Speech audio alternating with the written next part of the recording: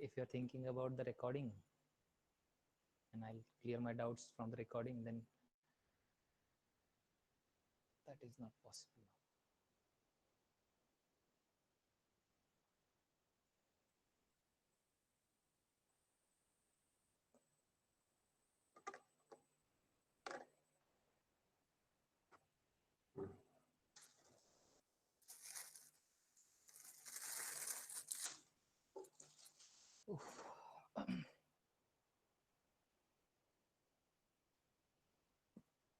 No doubt, किसी को कुछ भी डाउट नहीं है।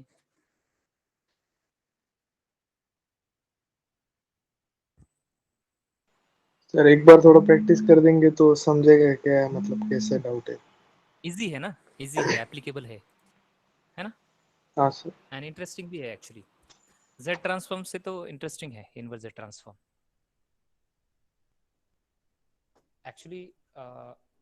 it is quite more interesting when we consider when we discuss about the real integrals using these integrations in the last minute. Sir चालू कर। Okay.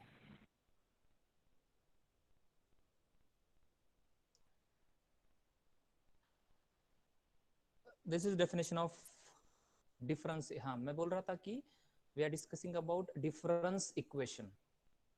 हाँ, this is not a differential equation. तो ये बात clear. difference equation we are solving. difference basically word meaning क्या है difference का? ये difference है, difference है ना? देखो, a relation between function of k plus 1 function of k plus 2 is called a difference equation. ये function of k क्या है हमारे? inverse z transforms है, सही है? at k plus 1 at k plus 2 and so on. ठीक है? Laplace and z transforms transform difference equations into algebraic equations, है ना? ये जो difference equation क्या करते हैं, ये sorry Laplace and Z transform क्या करता है, it transforms difference equations into algebraic equations. and difference equations क्या होते हैं, ये हमारे रिलेशन होते हैं f of k plus 1 f of k plus 2 and so on इनके बीच में, ठीक है? These are the important formulas. Z transform of f of k is f of z, that we know, that we all know, ठीक है? तो थोड़ा सा recall करते हैं हम, ये हमने शिफ्टिंग थ्योरम्स में डिस्कस किया है कि z transform of f of k plus 1 क्या होगा। अगर आपको याद होगा कि k plus n के लिए हमने देखा था and k plus 1 k plus 2 के लिए भी हमने यूज किया है, ठीक है? तो z transform of f of k plus 1 will B z f of z minus z f at 0। आपको शायद याद होगा कि हम क्या करते हैं, जो n है उसी z के उसी पावर से हम स्टार्ट करते हैं z के, है ना? And we are trying to goes that power to be decreasing, like here n क्या है, 2 है, तो z transform of f of k plus 2 क्या होगा, z square f z minus z square f at 0 minus z f of 1. Isn't it? Is it clear to all? We have seen, we have used these तो formulas. Last time Z square मांगता है ना, Z हाँ square F of 1। z square नहीं होगा ना, z की power decrease हो रही है।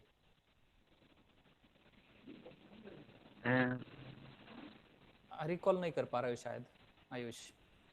फॉर एग्जांपल हाँ z ट्रांसफॉर्म, हाँ एक मिनट, मैं आपको पीडीएफ शेयर करता हूँ, जस्ट मिनट। पीडीएफ था मेरे पास,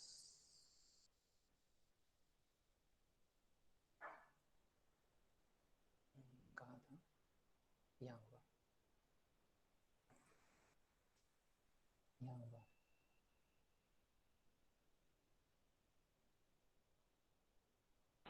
23 पे।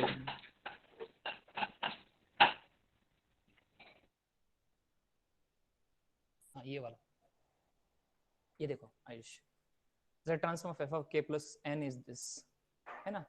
एंड ये वाला, ये जनरल है, ये सिर्फ है वन साइडेड सीक्वेंस के लिए। ये वाला जो है, दिख रहा है ना, दिखाई दे रहा है ना? हाँ फॉर बोथ, फॉर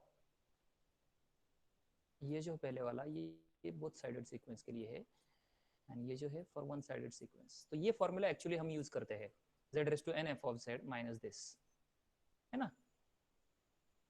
तो ये शिफ्टिंग इनको हमने जनरलाइज्ड वे में भी लिखा था शायद, कहीं तो डिस्कस यूज भी किया है, don't remember, but actually we have used just like here.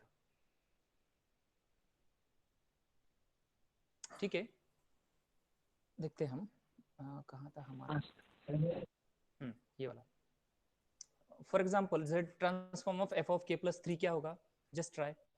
k plus 3 के लिए क्या होगा, will start with z cube f of z, right, z cube f of z minus z cube f at 0 minus z square f at 1 minus z f at 2, है ना। आगे जाके z की power 0 हो रही है, तो वो टर्म नहीं लेते हम, समझ रहे हो। फर्स्ट टर्म छोड़ के बाकी के सब नेगेटिव होते हैं। मैंने आई थिंक एक्सप्लेन किया था डिटेल में उस टाइम। हाँ सर, वो समेशन। हाँ ठीक है। Then z transform of f of k plus k minus 1 will be this z raise to minus 1 f of z, z transform of f of k minus 2 is z raise to minus 2 f of z। तो इन्हीं formulas को मैं use करने वाला हूँ to solve the difference equation, बाकी कुछ नहीं है। डिफरेंस इक्वेशन बहुत इजी है सॉल्व करने के लिए, देखो आगे कुछ नहीं है, इसका मतलब खत्म हो गया।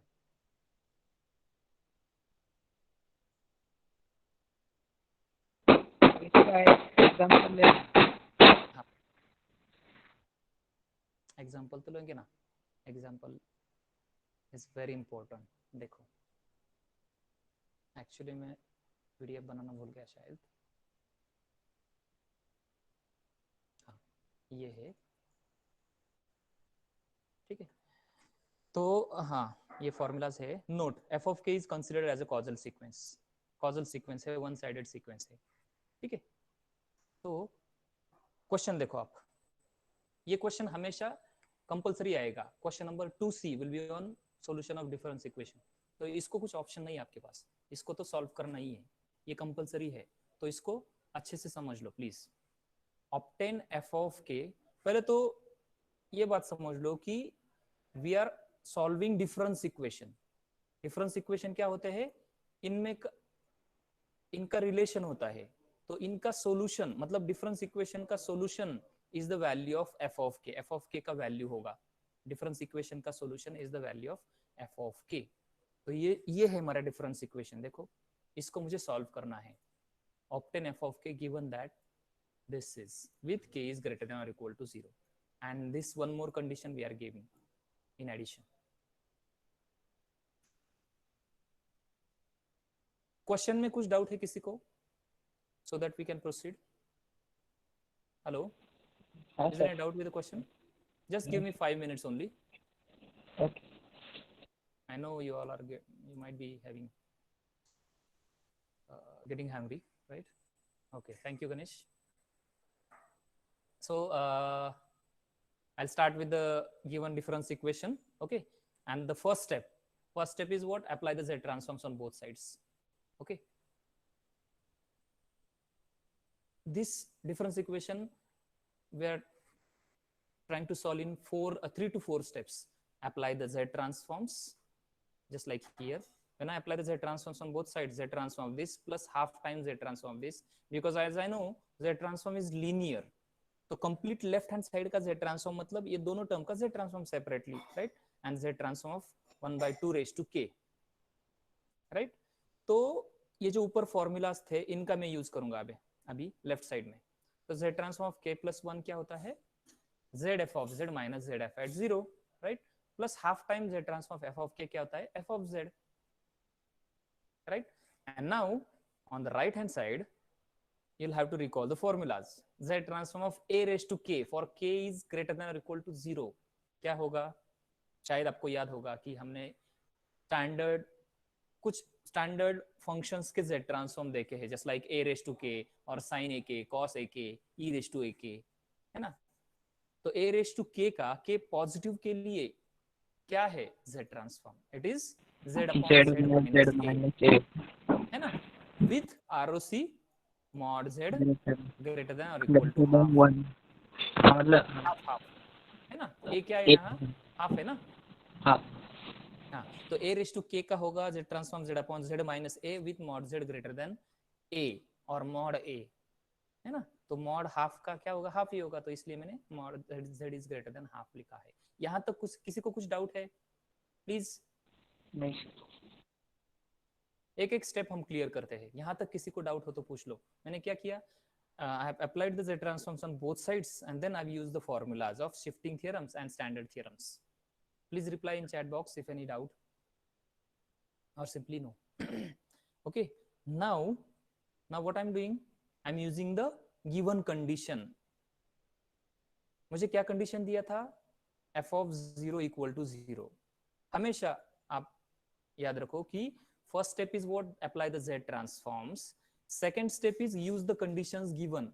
चाहे तो आप लिख सकते हो कहीं कि use the conditions given, that is my second step. तो यहाँ सेकंड कंडीशन क्या दिया है, f of 0 equal to 0, right.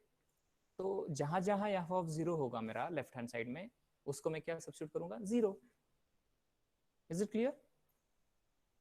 हाँ तो sir f of 0 equal to 0 है, तो क्या बचेगा फिर, z f of z plus half times f of z। ठीक है, तो ये जो है लेफ्ट हैंड साइड में, इसमें से दोनों टर्म्स में से मैं f of z को बाहर लिखता हूँ कॉमन, तो अंदर क्या बचेगा, z plus half is equal to the right hand side as it is. तो इससे मैं क्या कर रहा हूँ, that is my third step. Third step क्या है, write the expression for f of z, write the expression for f of z। See, the first step is apply the Z transforms on both sides. Second step is use the conditions given. And third step is write the expression for f of z. Just like this. ये जो है, ये f of z का expression है। दिख रहा है आपको सबको? f of z is this. हाँ तो यहाँ से आगे मुझे देखो, f of z is this and what we are trying to solve this। तो इसका solution क्या होगा, f of k का value, and I know when I have f of z, how to find its f of k। f of k मतलब इसका inverse z transform, isn't it?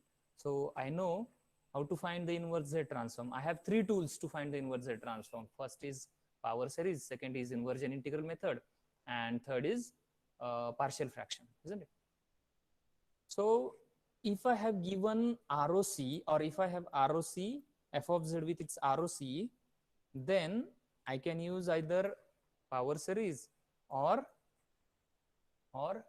inversion integral method also I can use. But remember, inversion integral method is only valid for causal sequence. And as I have mentioned here, or here also, the note we have discussed that this difference equations are only for the causal sequences. So here solving difference equation means only about the causal sequence, isn't it? And as inversion integral method is valid for causal sequence, so here yes, I can use inversion integral method, and that I have used here, I think. No, here I have used the partial fraction method.